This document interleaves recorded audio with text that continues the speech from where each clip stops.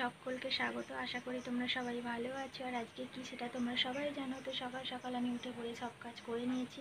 তো আজ আমি উঠেছি ভোর 5টায়। তোমার সব কাজ কমপ্লিট হয়ে গেছে। তো চলো, স্নানও হয়ে গেছে। এবার তোমাদের দেখাবো আর কি কি করবো। আর আমি যাবো আজ বাপের বাড়ি। তোমরা ব্লগটা দেখতে থাকো প্রথম থেকে শেষ পর্যন্ত। চলো। তো আমি এখানে আগে থেকেই বের করে রেখেছিলাম এগুলো, তোমাদের একবার দেখিয়ে দিলাম এগুলো করবো।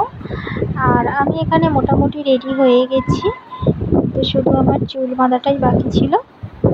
তারপর চলে এলাম মায়েদের বাড়ি। এখানে এসে দেখি মা সব কিছু জোগাড়জাতি করছে ওকে খেতে দেবে বলে। আর আগের দিন তোমাদের শাড়িটা দেখানো হয়নি, মায়ের জন্য যে শাড়িটা কিনেছিলাম।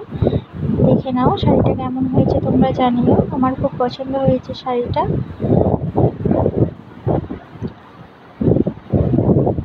তারপর দুপুরে ওকে খাবার দিয়ে দিয়েছে মা, আর আমরাও নিয়ে বসে পড়েছি। তো আজকে রান্না হয়েছিল মটন, চাটনি, আলু ভাজা, পটল ভাজা, বেগুন ভাজা, করলা ভাজা, শাক ভাজা, মাছের ঝোল। আর এটা ওর জন্য নিয়েছে,